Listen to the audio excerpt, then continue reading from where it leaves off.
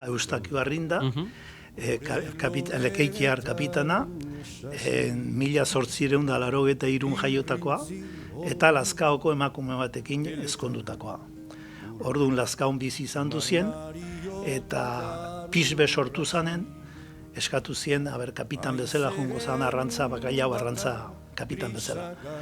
Orduan beak esan zuen baietz, baino hemen bretoiak ziren garai hartan Europa mailan bakailaue manejatzen zutena eta txalupa bialtzen zituztenak, eta orduan pixbe hasi izanen barkuk egiten, falta ziren marinelak eta importantena ezekiten arrantzako teknika berriak, eta nola bakailaue nola txikitu bertzen, eta hori dana.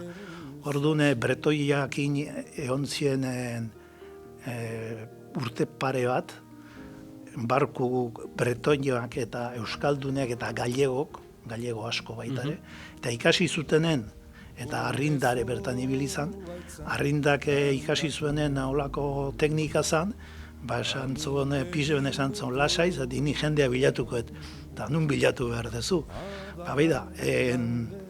Ez dauki hileik itxasokok, baina jende oso gogorra da. Eta hok itxason nik usten dut ondo ibiliko diela.